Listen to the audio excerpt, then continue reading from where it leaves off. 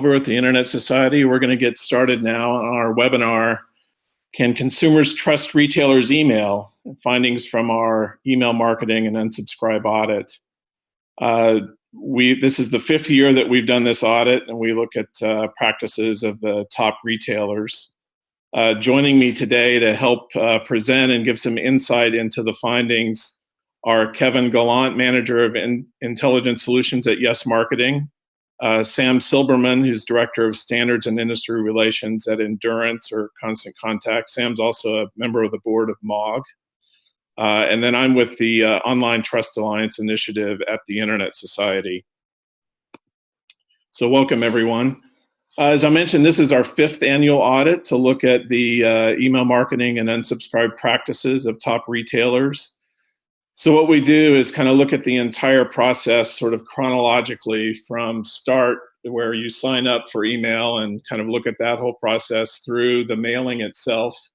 And every year we kind of add more richness and depth to the data. And then we unsubscribe from those emails and see what happens.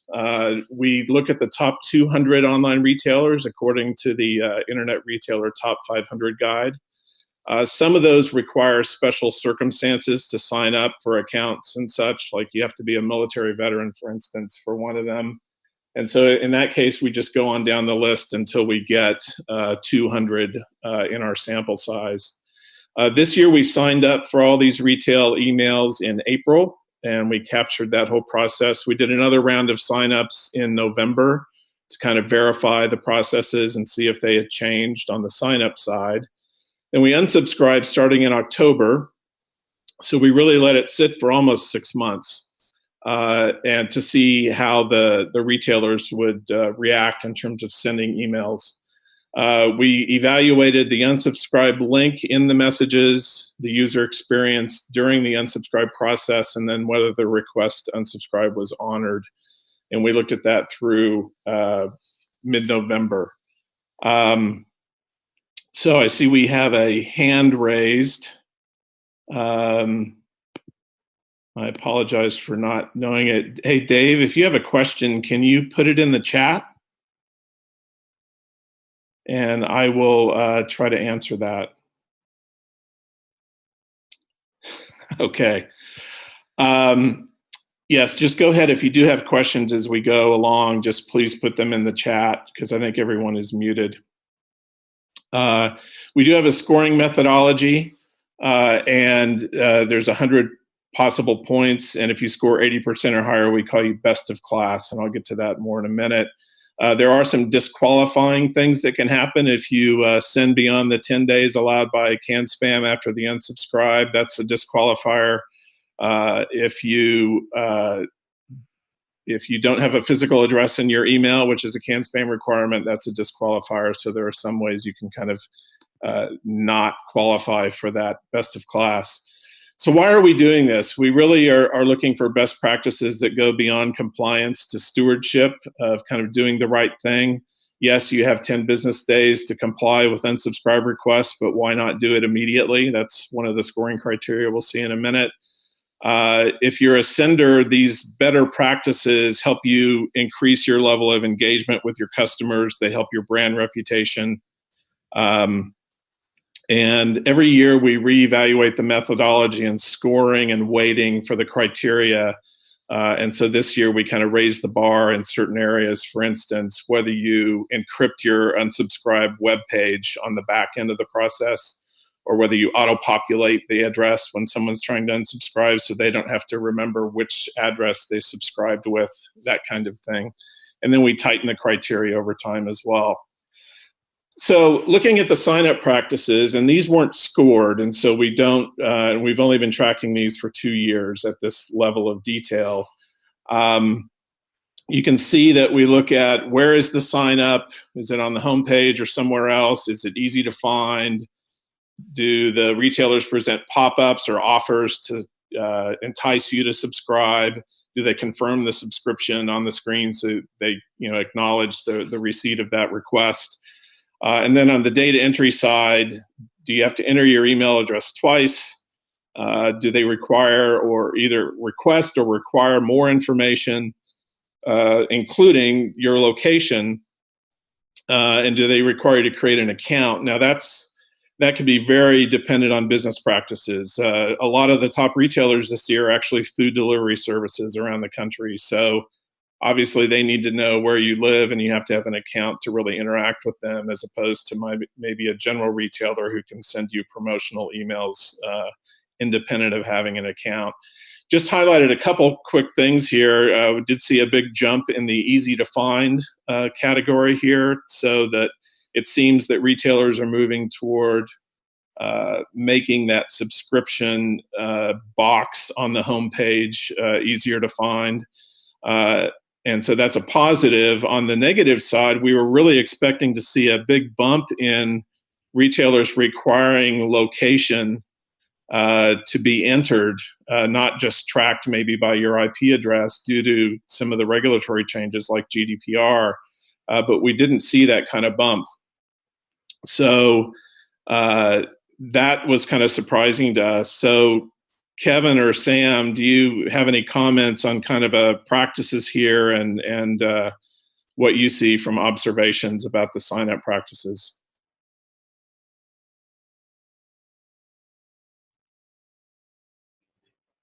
Yeah, sure. I'll chime in here. I think one of the key, it's nice to see the transition of about 9% there increasing for the easy to find. I think this is one that a lot of marketers we've seen on our side focus on this component of making the sign up practice. A common piece of feedback we get is that we don't want to deter new subscriptions from getting onboarded into the list. So for the required location, and we talked about this, and yeah, I would have expected to see a lot more. And I think in terms of GDPR compliance, I certainly would have expected this to be at least on the increase.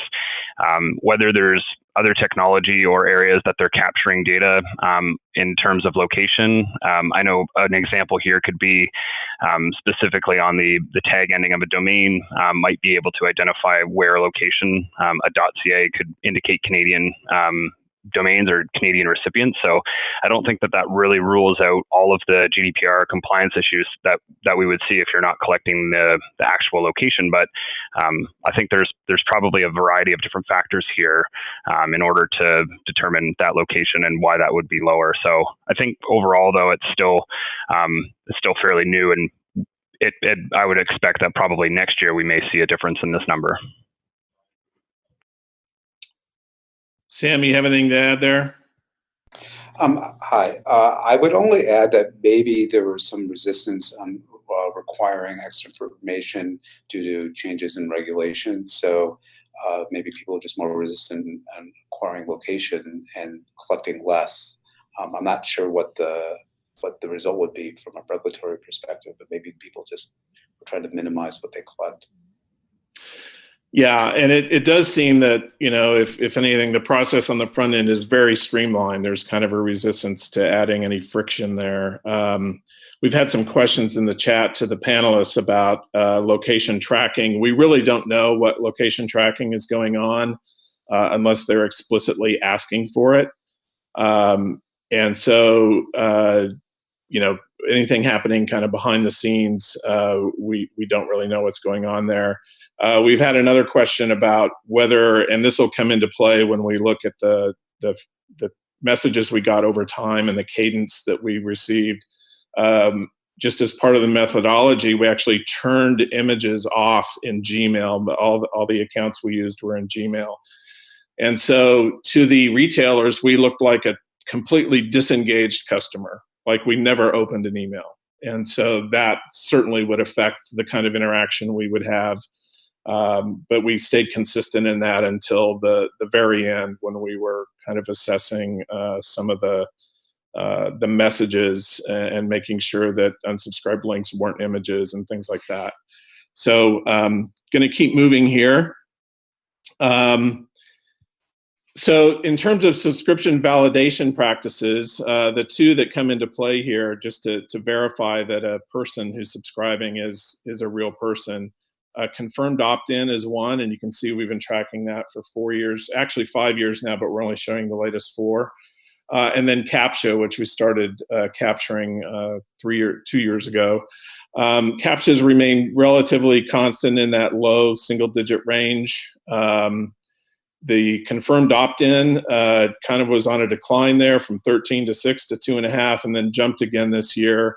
Looking underneath that at the data, it was due mainly to the fact that a lot of the top 200 retailers, now these are retailers US-based, they aren't necessarily US-based retailers, but they were North American retailers according to Internet Retailer Magazine. So they might be based somewhere else in the world, but this is based on their revenue driven from North America. So that gives you a sense of kind of geography for these. But so most of the bump in using confirmed opt-in was due to European-based companies who were doing business in the US. Otherwise, I think it would have stayed flat to that lower 2.5% number. Now, I know that this and maybe some other methods can be used to prevent list bombing and some of those kind of things that happen. And Sam and Kevin, I know you guys had some comments on this, on some best practices and why retailers or any company might want to implement these kind of practices. Sure. So there's an ongoing threat amongst anyone who provides sign-up forms where there are automatic bots and other bad actors who just sign random people up for mailing lists and other signups, and for the sole purpose, we think, just to generate mail in your mailbox, to fill it up, so as to make your email useless. And anything that marketers, retailers, anyone who sends mail can do to reduce this risk for consumers is greatly appreciated, especially if you're one of the victims who all of a sudden has a couple thousand messages in their mailbox that can't read their important mail. So CAPTCHA is very helpful. It's not perfect. There are ways to get around it. Confirmed opt-ins help, but a confirmation itself creates more mail, which fills up your mailbox. Other things that you could do in the behind the scenes, using big data, using other techniques, greatly reduce the risk of someone signing up fraudulently for your list. And the reality is, if someone didn't sign up for your list, why do you want to send them mail in the first place? And Kevin, I know you had a comment about some of the techniques that were used during kind of the bigger list bombing attacks a few years ago.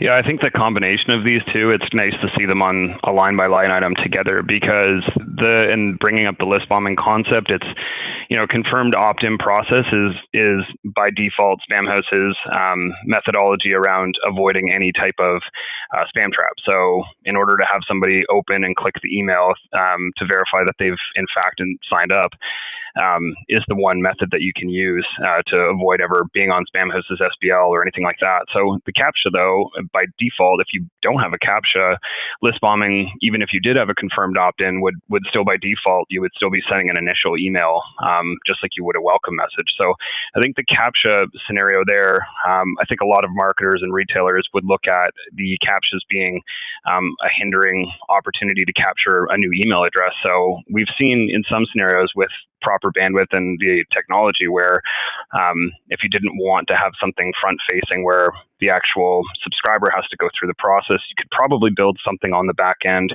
that alerts either after X amount of new subscribes over X amount of time, a threshold that's pretty acceptable, where any type of bot or nefarious activity would automatically get shut down from that type of traffic. So that would limit the chances of your overall emails getting any type of list bombing, and then at the same time keeping any new subscribers coming through away from having to go through a whole bunch of testing here where you have to pick all the street signs and whatnot. So I think that's one technology we've seen used pretty effectively in order to avoid having to use this, but it's still slightly concerning considering that the best practice for any email collection is the confirmed opt-in method. To see that only at 7% across the top 200 retailers is still, it just shows that there's still a need for that. and it's likely why there are still a significant amount of deliverability problems out there to date. So. All right, so want to keep moving here. So when we signed up for the 200 retailers, we kind of look at, do we get a confirmation or welcome message? Do we, and then a newsletter or promotional email after that? Do they jump straight to the newsletters? Do we get a confirmation with no newsletters, which indicates some kind of disconnect or deliverability issue, or no response at all? And you can kind of see the breakdown here. This is reasonably close to what it's been over the last couple of years. Actually, the confirmation only is flat. I think the no response is a little higher than we've seen in previous years by a couple percent. So it is surprising that there's 7.5% there where we never got a promotional email of any kind. That could be indicative of deliverability issues. We did only use Gmail accounts. So had we used, different kinds of accounts, we might have seen that number be slightly different. But these ratios in general are kind of what we have seen over time. And then just another little data point: 43% of the confirmation emails contained a promotional offer of some kind, free shipping or a discount on your first order or that kind of thing. So we are tracking that as well. So cadence is one of the things we look at. I mentioned before that in the methodology, we turn off images so that retailers don't know we're opening the email. So we look completely disengaged. So we just want to see what happens. And so, of course, cadence varies a lot depending on the kind of company it is and the expectations they may have set during the sign-up process. The daily deals kind of sites send you, as many as 3 a day this year. I think last year was 4 a day at the most. And then some say, hey, we're sending you a newsletter once a month. And so it can vary a lot. But we let it sit for 180 days before we took any action to see what would happen. And so 20% of the retailers actually scaled back the cadence over time. And the details varied a lot, but it may have gone from daily to weekly, or there might have been a gap of a month in there and then start up again on a weekly basis or whatever. It was slightly lower than we saw last year, the number of retailers who did this, but higher than we saw in 2016. What bumped up quite a bit this year, and I think it's because we let it sit longer, was that over half of them stopped sending altogether. And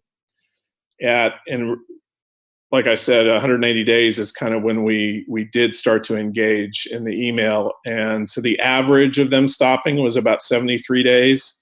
And again, that varied a bit. But last year, we only saw about 20% of the retailers stop sending. And we only let it go 120 days last year. So there definitely is a trend there toward varying cadence and then stopping altogether if there's no engagement that's seen. And I think, Sam, you and Kevin both had something to say here in terms of best practices and how this ties to some of the, Outlook and Yahoo and Gmail and some of their practices, as well as Spamhaus. So maybe you guys can comment on that.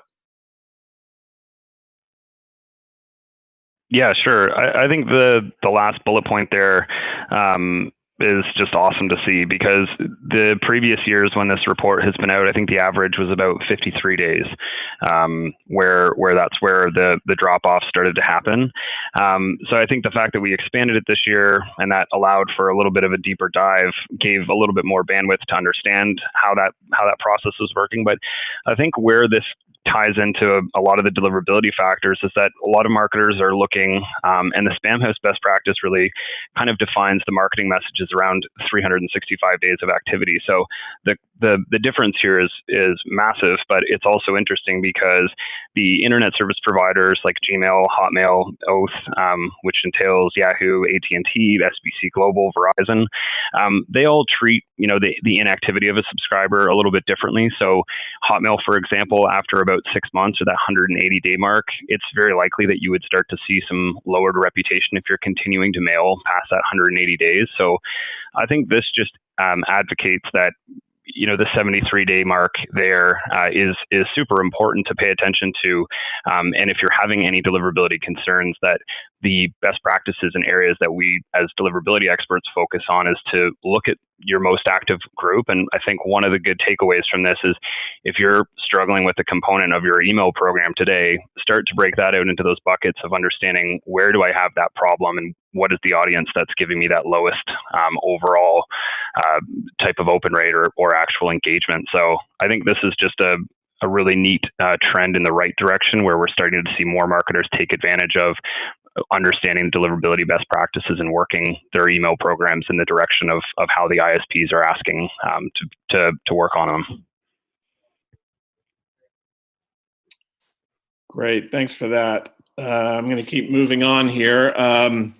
So one of the things we looked at, and this didn't really impact the scoring like it does in our kind of bigger online trust audit, but we have looked for several years now at what's going on with the email authentication for these marketing messages that are going on. So we hit some great benchmarks this year. For the first time, we had 100% adoption of both SPF and DKIM by retail, all the mail that we saw. We saw a big jump in use of DMARC. So it's been jumping, roughly 10% or more a year. So now at the 70% plus mark. And then use of opportunistic TLS to encrypt data between mail servers. Also, it took a huge jump from 2016 to 17. You can see there 32 to 90%, and then took another jump to 96% this year. So that, we're approaching that full adoption level. So this is all great news, kind of highlighted with those green boxes. It's then time with DMARC to kind of move to enforcement, meaning that you set a policy where if email fails authentication, that it'll be either rejected or quarantined, so that someone trying to pretend to be one of these retailers doesn't get their messages through. So we expect to see that to continue to rise as everything else is rising.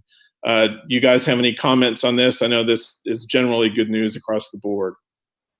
Yeah, when I saw these numbers, it got me really excited because this has been a long road to get email authentication into everywhere we can. And while this isn't all email, the fact that the largest of the marketers are all authenticating their mail correctly is a big win. And that, it just goes to show that, with a lot of effort and best practices across industry, we could get something like this done. And I'd love to see the DMARC number go up next year as well. Yeah, that's great. All right, moving on. So these are the scored criteria that we use. So you can kind of think of this chronologically in terms of the process. So you sign up and then you get a message. And so the first four there are looking at things that are in the message itself or associated with the message. So you should be able to find the unsubscribe link easily. So it should be clear and conspicuous, easily read, and the terms that you use, the language should be easy to understand, not obscure.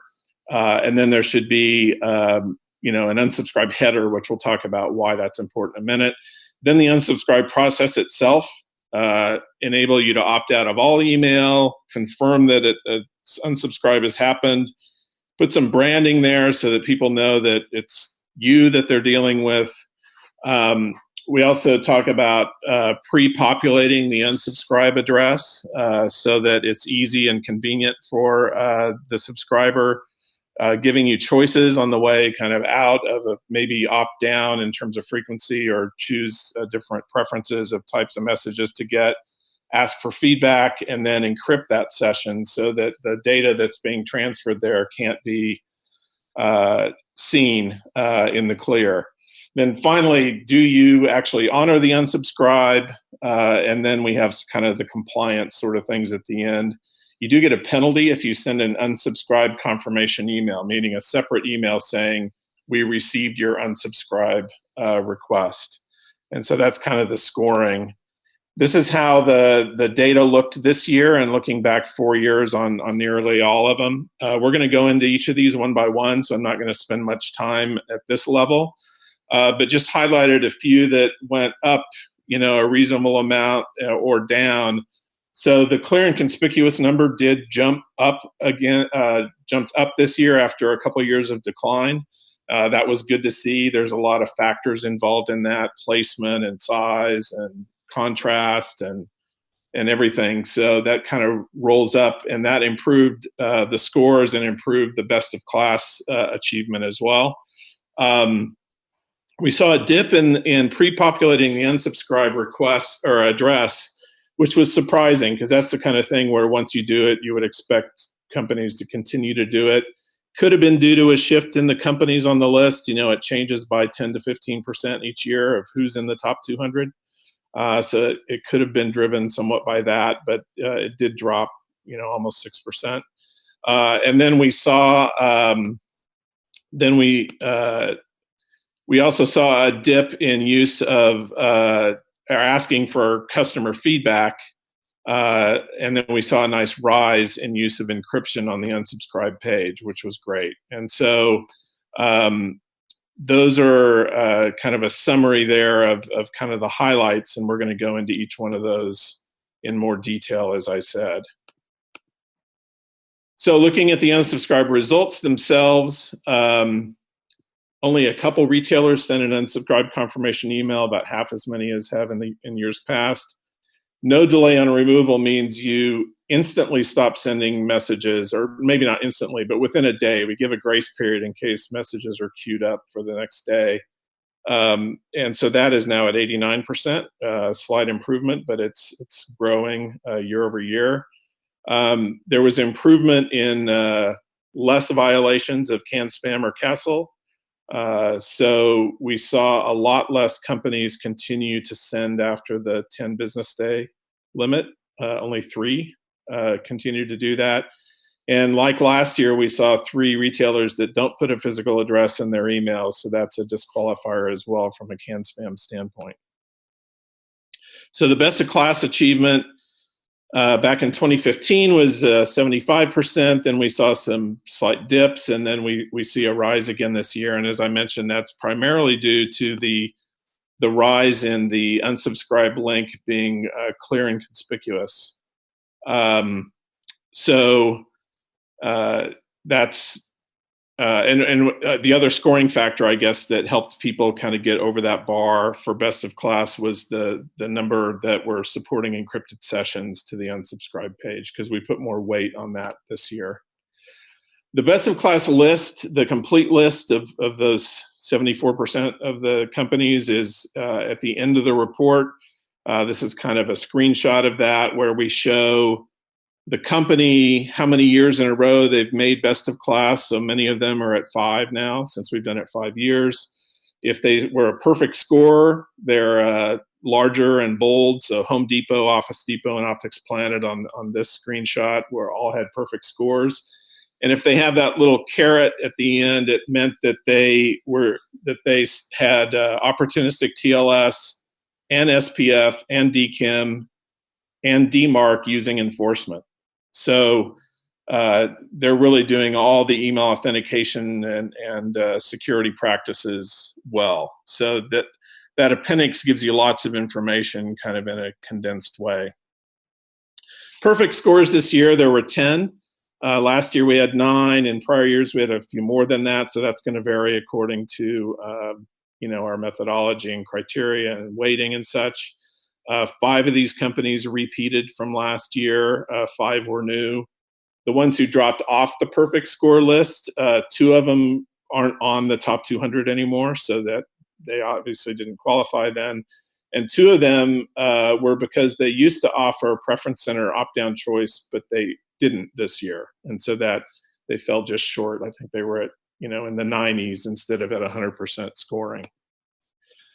So now we're going to go into kind of each of these criteria one by one and kind of look at some examples and talk about, best practices and what we see. So one of the things we looked at in detail starting last year was, where is the unsubscribe link placed? And a lot of companies put it as a footer, kind of a menu near the bottom of the page, either right above the kind of legalese section or maybe in the middle of it.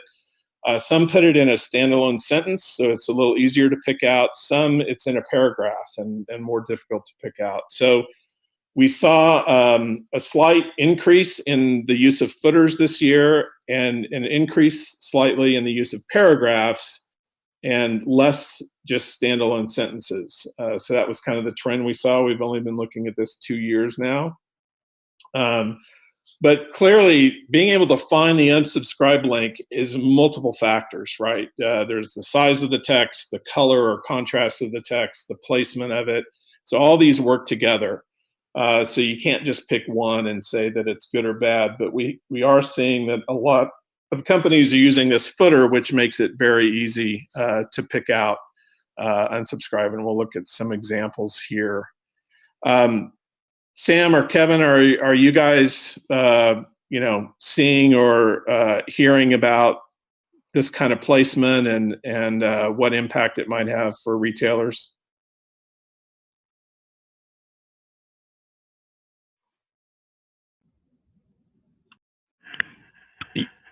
Yeah, I'll chime in. I think in terms of finding the unsubscribe, I know we'll talk about it, I think, on the next slide, but I think the number one thing is that every marketer should be concerned and always looking for the most optimal way to avoid spam complaints. It's kind of the concept we try to teach as many clients or marketers on our side of things, because a spam complaint is going to drastically reduce the chances of you having a good reputation. So this gets stacked on top of that. If you can't find the unsubscribe link for the people that actually want to be off of the actual email correspondence, then I think the next best thing that's going to happen, or next worst thing, is essentially they'll just be looking for the spam complaint button, or dragging it to the spam folder, or deleting it automatically. So there's just so many negatives against a brand reputation without having an easily found unsubscribe link, and that's kind of, I think, the importance of seeing that 53% of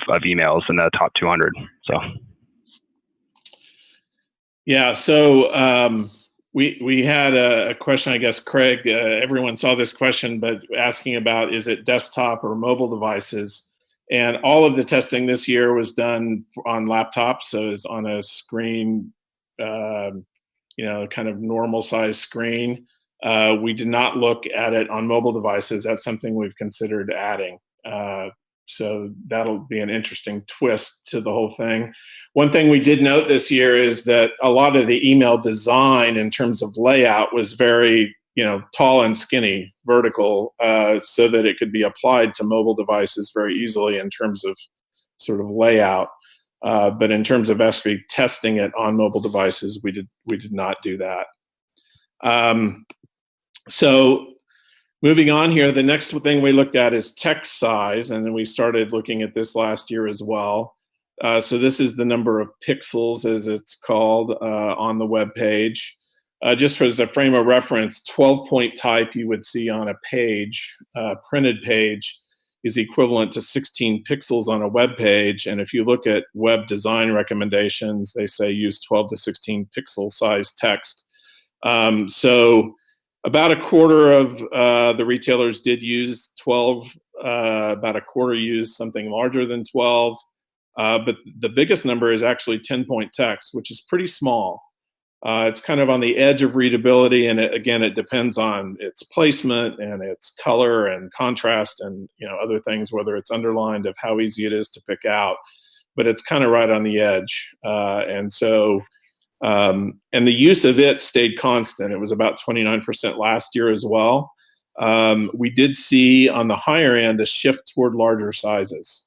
So that was nice to see, but we'd kind of like to see it move away from 10 pixel to something a little higher to make it easier to pick out.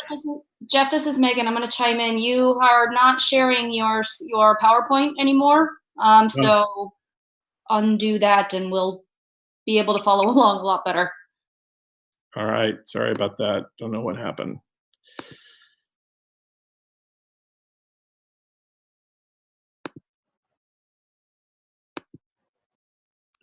You're good now. Okay. Great. Yeah. Thanks for telling me. All right. So anyway, you can see that pie chart I was talking about.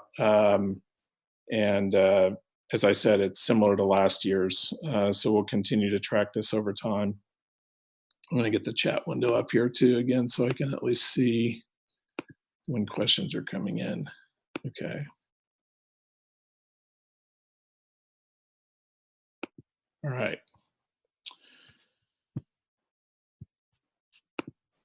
All right.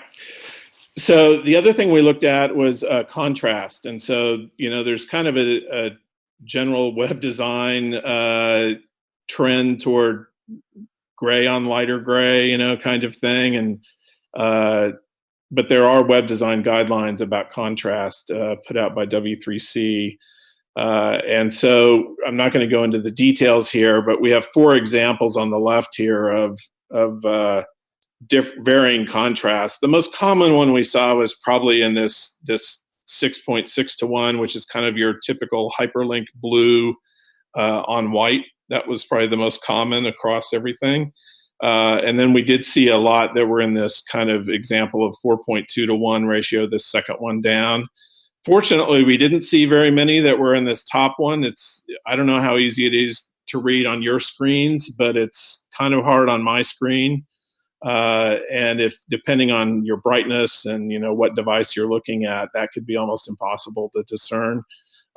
Black on white is a 21 to 1 contrast ratio. So you see that up here it's an example of showing very high contrast. But if you look at it against the W3C guidelines, 29% of the sites were under the minimum guidelines, and 15% were under 3 to 1, which is, you know, very difficult to read. And so we did see a modest improvement this year over last year, but it's still kind of tending toward the wrong end of the spectrum. So Sam, I know you had a comment when we were talking about this about just overall the unsubscribed link being in places where people expect to see it. So maybe you can comment on that. Yeah. So when I read emails, marketing emails, I'm always fascinated when the marketer likes to bury the unsubscribe. And it's almost as if they're afraid that I really want to unsubscribe, but I might change my mind because I just can't find it. And of course, you know, if I really want to unsubscribe, I'm going to find it.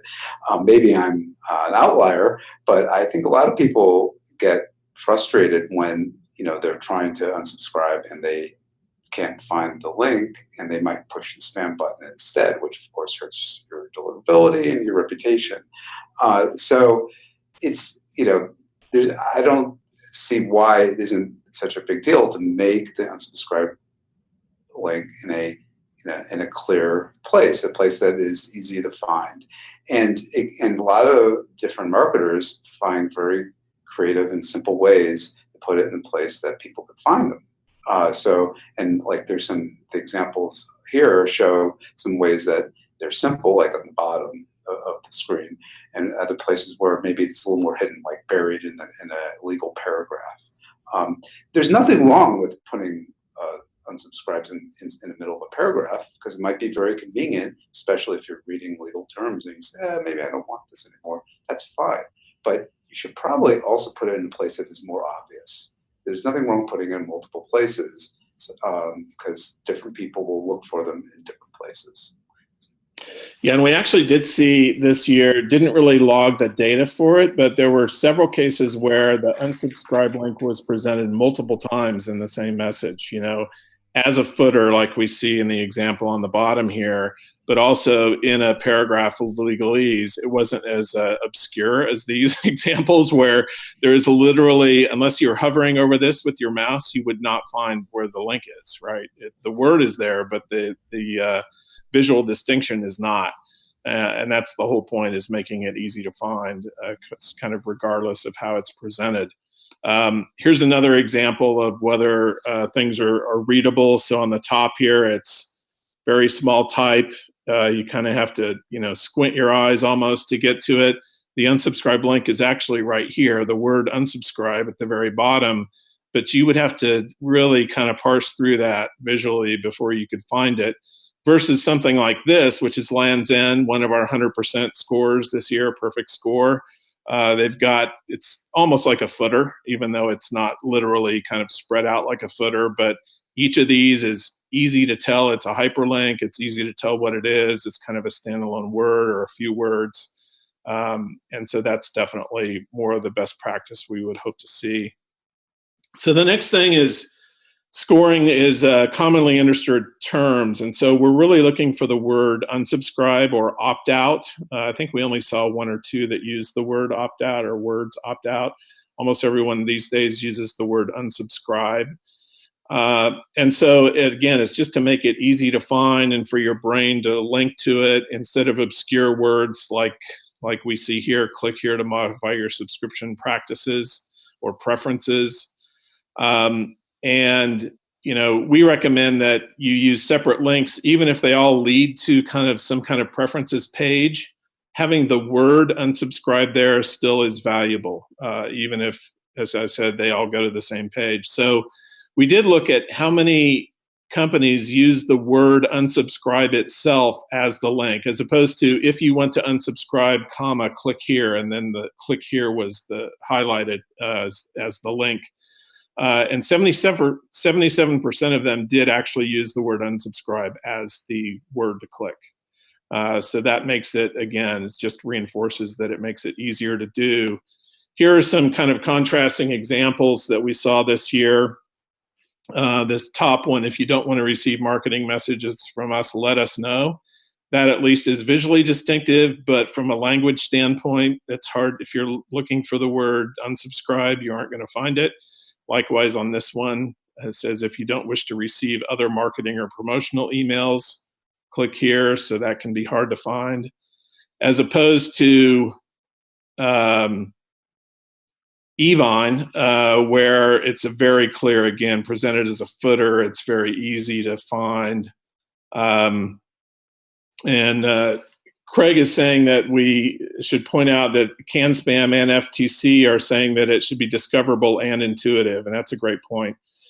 That it, not just that it's there, but that it's intuitive and so easy to find, and so that this goes to that same point. So thank you for that, Craig. So another thing we looked at is whether there was an unsubscribe header being used in the message. So this is the list unsubscribe header. It is primarily used so that the email client can present a kind of separate unsubscribe link in the as they call it, the Chrome or the application itself. Make it easy to find. I have a couple examples here. Here is one from a mobile phone, even though we didn't assess all these with a mobile phone. Here's an example of what that would look like on a mobile screen. And then here it is in Gmail in kind of a regular laptop mode from Land's End. I know, Sam, you and Kevin both had comments about that just because you have the unsubscribe header, you may or may not get rendered this way. And so maybe you guys can expand on that. Yeah, I think this is a really neat part of the topic because, or just the entire report, because this is actually considered from the ISP perspective. Gmail and a few others, Oath is utilizing this as well now. So overall, this feature is actually considered a benefit to any marketer that is able to have it. So the pre-requirement is that you would have at least a high reputation or a medium reputation. So what we see for most marketers is anyone with a bad reputation, the email is not trusted well enough at that point to guarantee or to provide the unsubscribe link for recipients. So I think this goes back a little bit in theory of just if this is super easy to find for any person that's receiving an email right now. So I think that one, the left image there is really obvious, right? If you were on your phone and you were floating through, it's going to stay at that top with the subject line.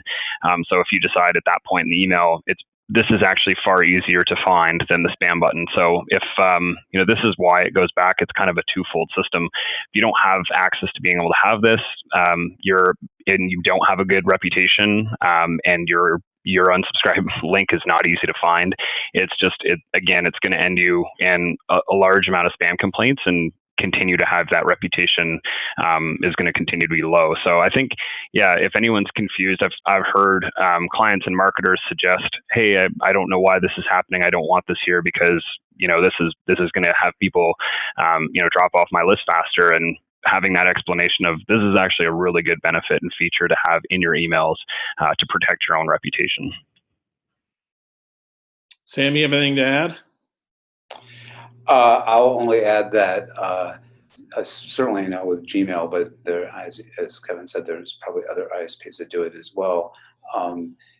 This is only shown for the best marketers, and it's a slippery slope, right? If you get enough spam complaints, this disappears, and then you go down and down in your reputation. So the more you can honor these unsubscribes, the less likely someone will report spam. Yeah, interesting. And I think we did see some examples where even though there wasn't a list unsubscribe header in the message itself, this unsubscribe link was still presented by Gmail. So I know there's more than just that one factor that comes into play on whether that's presented. All right, so the next scored criteria is giving people a chance to opt out of all email instead of maybe a subset of the email.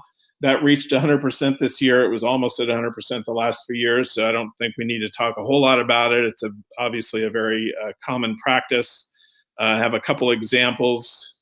A couple examples here from Etsy, where this middle row, if you'd like to be removed from all email lists, unsubscribe here.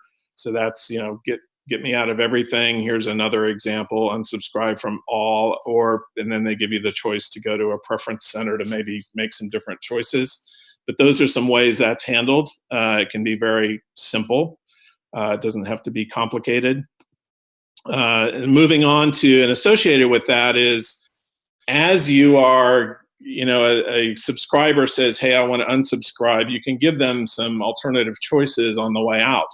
So maybe give them a preference center, like, would you like to receive different kinds of messages, or opt down, meaning give me less email. We saw those numbers are generally on the decline overall. We actually saw a slight rise in the opt down choice this year, but overall the combination has been kind of, flat or declining a little bit year over year. And we're really here just looking at ones where when you click unsubscribe, you are presented with these choices. At the top level, it may be that they give you a choice of email preferences or unsubscribe separately, and you could go down that email preferences route and choose it going that direction. But this is on your way out of an unsubscribe, are you presented with these options? One of the new options that was presented this year, which we hadn't seen in prior years, was they called it snooze. So instead of saying, hey, just send me one a week or a couple a week instead of one a day, there was something where they said, would you like to snooze? And usually that was a fixed number, like 30 or 60 days. In some cases, they actually gave a choice of 30, 60, or 90 days snooze to just kind of, hold on those emails for a little while and then start sending again. So Kevin, I know you had some comments on this as a choice and a way to keep customers engaged rather than an all or nothing. Yeah, I think this is just I would say where we probably see the drop off is probably on a bandwidth perspective, where marketers, I would suggest, are probably either not able to test this, but for anybody listening, I would suggest that this is probably one of the easiest ways to learn a little bit more about your current subscriber base. And as people are leaving, getting any kind of indicator as to why. The other reason I would probably see this number in that 34% or 35% mark is because if there are some other high level areas where they're able to track this kind of information, whether it's in kind of the subject line testing, A/B testing, that's also areas that I could see, not having the need for a full opt down or opt preference center. So, yeah, Sam, did you have anything you wanted to add onto that one as well? I just would add that I really like the options that we give consumers to either opt down or snooze. Snooze sounds awesome. I think that the key is when you are presenting options, that the default is unsubscribing from everything, and if they really want to take extra effort to pick something else, that's great. Yeah, and so we have a few examples here as well. So Barnes & Noble here, when you click unsubscribe, it actually takes you to a manage preferences. So would you like different kinds of messages, or would you like one email a week, one email a month, or unsubscribe me from all? So they're giving you kind of all those choices here. Blue Nile does a similar kind of a more concise or consolidated thing. It's, you know, unsubscribe, subscribe to everything, or send fewer, and I want topics around engagement, weddings, or jewelry. So those are just some different ways it can be done. Obviously, it's going to vary widely according to the companies and the information that they're offering. Now, of course, you also want to confirm that unsubscribe request was made. To leave people hanging on that would be horrible, not knowing whether it took effect. So we already saw that reach 100% last year. So not a whole lot to say here. I mean, that's an obvious best practice. But that unsubscribe page should be branded so that people know that they're still, you know, associated with a page that, you know, from your company, as opposed to being taken off into something that looks very different. And we do still see a wide contrast in the kind of look and feel of this unsubscribe process. So maintaining that brand experience at some level is important. So there's still, you know, a gap here of 8 to 10% of companies that aren't doing that, even for the top 200 retailers, which is kind of surprising to me. Showing some contrasting examples here. The top two here are sort of the very basic, you know, so-and-so has been unsubscribed. That is literally the entire web page that we were taken to.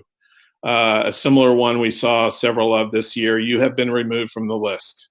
So it's good that it's a confirmation that your request was acknowledged, but you're taken completely out of the brand environment. By contrast, we have a couple, you know, here at the bottom with Sephora and Tiffany, where you're kind of staying in that branded environment, and they're giving you some additional information, like setting expectation on how long it'll take to honor that unsubscribe, or giving you an option to go back and shop. You know, so there are a lot of ways you can use that branded experience to communicate more and kind of stay engaged with the customer. So Kevin or Sam, you have comments on this practice?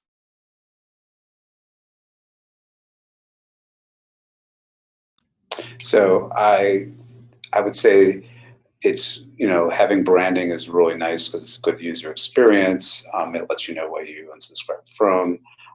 Just be mindful that the marketing that is on that page doesn't like veer into trying to sell you other stuff, because I think there are definitely regulations, at least in the US, but possibly other places, that once you've opted out of advertising, you shouldn't be continuing advertising from. Right.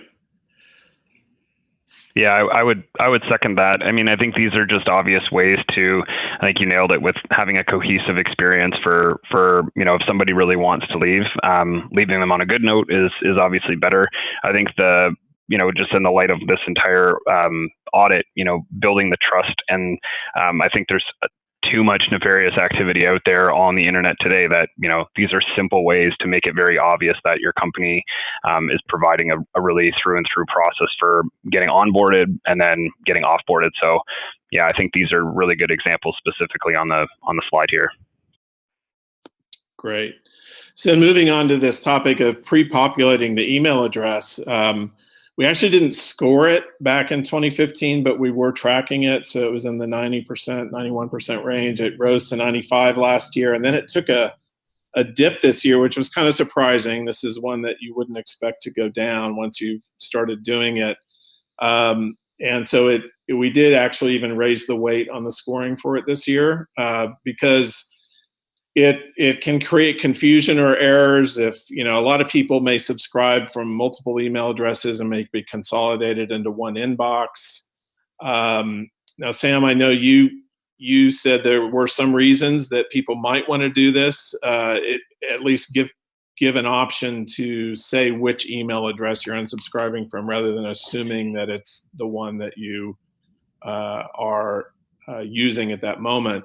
But it's still, it's kind of unnerving when you then have to re-enter your address on your way out. Right. There's some edge cases here. One of them is the obvious. I forward an email to my parents saying, isn't this really interesting? And they said, I don't want this. And they push the unsubscribe on my email address from the campaign, not theirs, because they're not subscribed. And one way to mitigate that is requiring them to enter my address. Of course, hopefully they won't do that. But in any event, there's some odd cases like that. Certainly automation, like, spam filters in the old days used to click on the unsubscribe link. That was a problem. Generally, you could avoid that by making sure you have a kind of two-phase unsubscribe where the landing page has a HTTP post that most bots don't follow through. But then again, there's always exceptions to every rule. See, Andrew has raised his hand. Andrew, can you type your question into the chat? That would be easier for us, I think, to either just to the panelists or to everyone. I'm going to keep moving here. So encrypting the unsubscribed session is something we added last year as a scored criteria along with the pre-population of the address. Again, the whole internet is moving toward encrypting everything. So we saw 52% last year, saw a good bump to 69 this year, and showing a screenshot of an example of Walgreens here. Now, we recognize that it varies according to who's hosting these unsubscribed pages. Sometimes it's the ESP, sometimes it goes back to the company. But this is something to definitely be paying attention to. Keep moving here. The other scored factor is asking for feedback. Now, this one has actually been on a decline over the years, and it took another step down this year.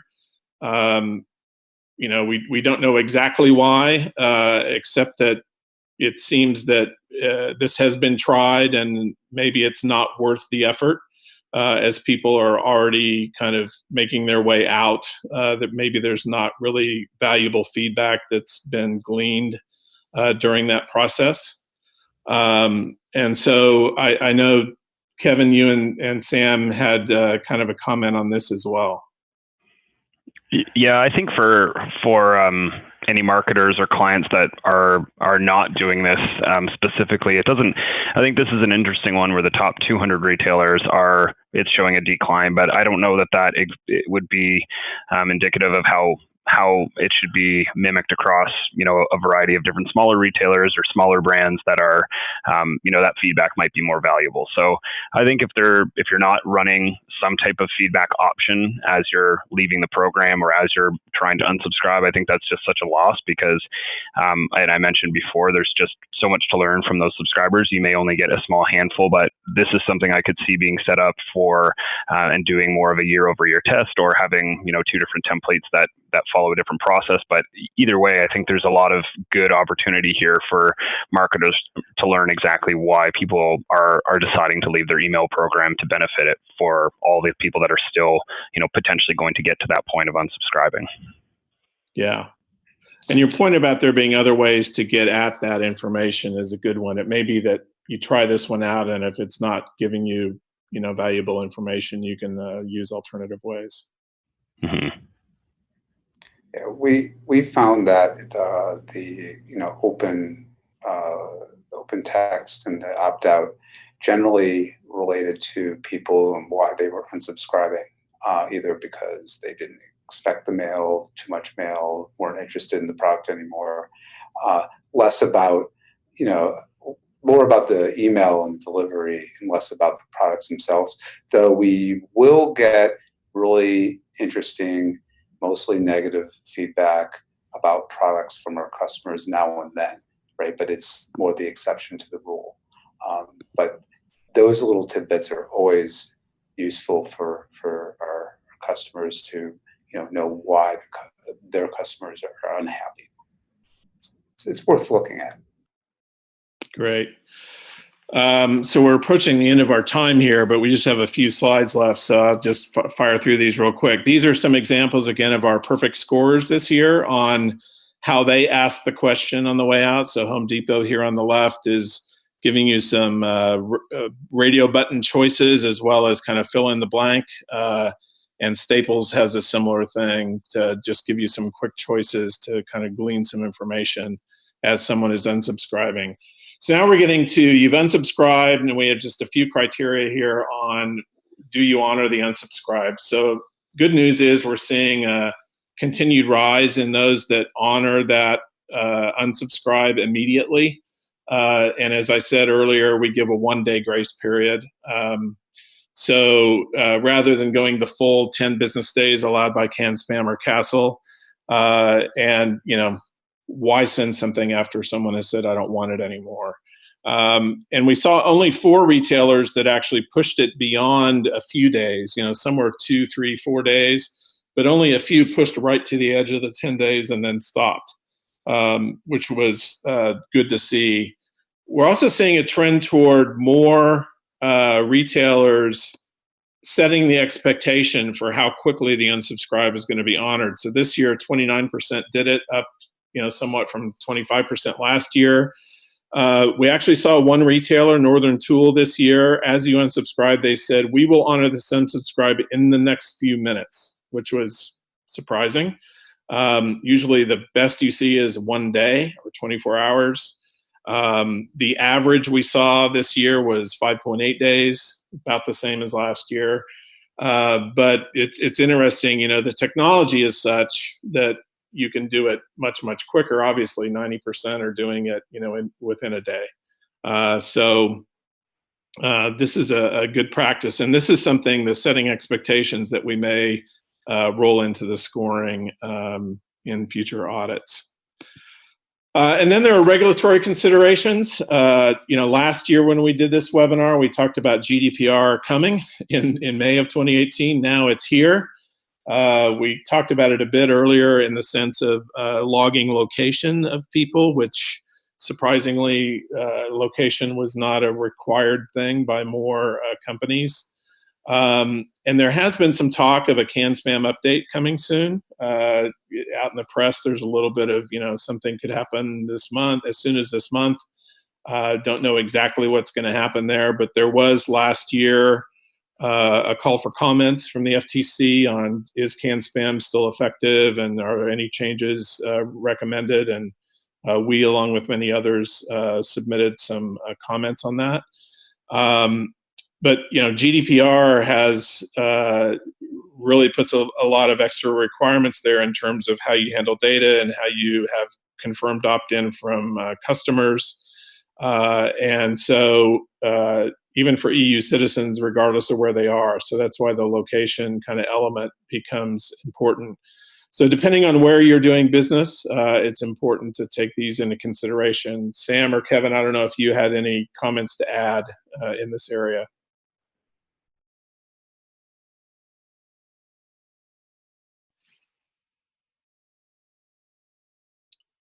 It doesn't sound like it, so I'm going to keep moving.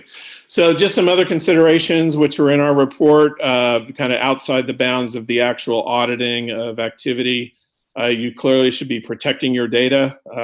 You don't want data breaches of your mailing list and other things to happen. We see that happening on a fairly frequent basis these days. There are ways to do testing and get feedback loops from the various mailbox providers that can kind of, improve your operation. The unsubscribed links are supposed to be active for a period of time. We did see, remember, we let a lot of these sit for 180 days. So there were a few that had gone inactive after that period of time, but interestingly, most were still active even after 180 days. And then providing a way for users to update their data in the sense of maybe they've moved to a new email address or they want to make other changes. Only 10% provided a way to do that this year, which was down from last year. So there are additional things you can do there. So the summary, we've really kind of talked through all this, so I'm not going to go through it again. I know there were some questions earlier. I think, Dave, you asked a question about tracking SMS subscriptions, and we did see more of that this year. We didn't log the precise data, but that's something we had on a list to kind of look at in future years, because we saw a lot of that on the subscription side. So rather than only signing up for email, a lot of retailers were soliciting signups for text, offers. And similarly, on the unsubscribe, one of the options that was presented was, okay, maybe you don't want email, but would you want a text from us? So we are seeing a move toward that. I would say it's still in the under 10% range, just gut feel. But it was something we hadn't seen much of in prior years. So any other quick questions? If you want to put them in the chat, we can answer those. Otherwise, we're going to wrap this up. There is a variety of resources out there. If you go to otalliance.org/unsub, you can kind of get the history of all the reports that we've done in this area. And similarly, the /eauth would get you to the email authentication kind of resources, and Trust Audit gets you to our bigger online trust audit, which will be coming out at the end of January next year. And that'll be our 11th one. That is underway right now. So have another question here. Yeah, Dave was asking about, did we see any, I guess, attempts to engage during that 6-month window where we were quiet? And we did see a few. Didn't really log, again, all the precise data, but there were a few retailers that near the end of sending, they would let it go for a while and then say, hey, are you still out there? And some of them did promotional offers to entice some engagement. Some just said, do you want to be off our list? The details varied, and it was only a few. I'd say it was less than 5% actually made some kind of solicitation to say, is there a way to engage you, or are you gone? And then they, at some point shortly after that, they just stopped sending altogether. So one of the things we've thought about in the future is actually, engaging with one set of addresses and staying unengaged with the other. And, we're gonna look at a variety of things. So anyway, we appreciate your time today. I want to thank my co-presenters here, Kevin from Yes Marketing and Sam from Endurance and Constant Contact. Thanks for your expertise and insight. And we look forward to talking more about these issues and increasing trust online. Thank you all very much. Thanks, everyone. Take care. Thank you.